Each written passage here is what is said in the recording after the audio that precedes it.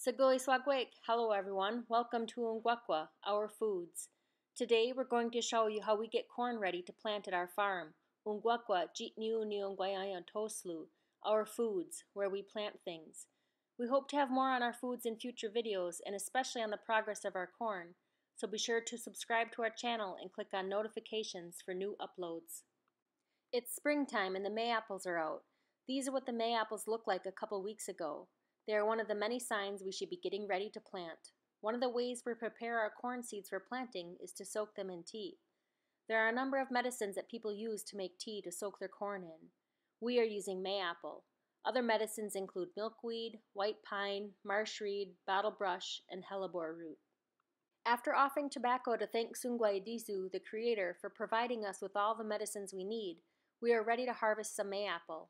We didn't need much, just a few plants. If you're not planting much corn, you might even need just one plant. I try to pick the Mayapple with a single leaf on top because those are the ones that will not produce a flower and a fruit. The Mayapples with two leaves are the ones that will grow a flower and a fruit. After we harvested the Mayapple, we boiled some water and put the plants in and turned off the burner, making sure that the plants went all the way in the water. As soon as we were sure the plants were in the water, we covered the pot. We let the water cool for a few hours. When the water was cooled off to room temperature, we took the Mayapple out. We put the Mayapple plants in our garden to help keep pests away. After we took the Mayapple out of the cooled off tea, we put the tea and corn in a mason jar. We were sure to leave a bit of extra room in the jar because the corn kernels will absorb some of the tea. Sweet corn will absorb even more of the tea than flour or flint corn.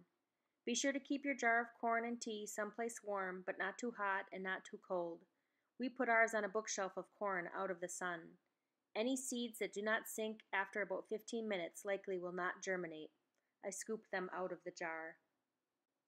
Some people will leave their corn in the tea for several days until they germinate, and others will just let their corn soak overnight in the tea.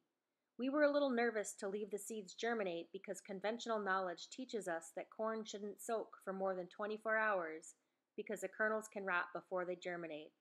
While we want to trust traditional knowledge over conventional knowledge, we never tried soaking corn longer than 24 hours. We have a limited number of the variety of seeds we are planting this year. Maybe we will give it a go next year if we have an abundance of seed. Before we get ready to plant each season, we burn tobacco and give thanks to all of creation and to offer encouragement to our seeds. And while we plant our seeds, the girls and women sing to encourage them to grow. We planted our corn in mounds and in rows. For the mounds, we planted 5 kernels at the top of each mound. For the rows, we planted each kernel about 6 inches apart. We also used the planting stick in the rows. This stick keeps a consistent depth by opening up the soil just enough for the kernel to rest in. It also speeds up the planting process. For both planting techniques, we planted the kernels about 2 inches deep. Also, for both planting techniques, we are going to let the corn grow a bit before we plant the other sisters, beans and squash, next to them. In addition to the foods we grow at our home, we are also part of Ohilagu, Among the Corn Stalks, a cooperative of Oneida families that grow corn together. This year we will be planting corn, beans, and squash together in one of our fields in Long Hills. Ohilagu is partnering with De Wadonhudenyes, We Are Changing Our Lives, a group dedicated to reestablishing traditional cultural teachings of rites of passage to help prepare our young Ungwehue men and women for their transition into adulthood. This video and future videos will help Ungwakwa, Ohilagu, De Wadonhudenyes share what we have learned about taking care of our food relatives.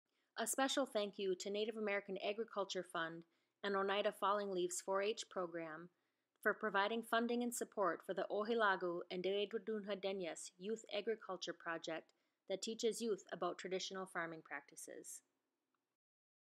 We are still learning about our foods. People have different ways of growing our foods. We are sharing the way we learned how. One of the most amazing parts about this journey to get to know our foods better is that it is connecting us to so many people throughout the Haudenosaunee Confederacy and throughout Indian country.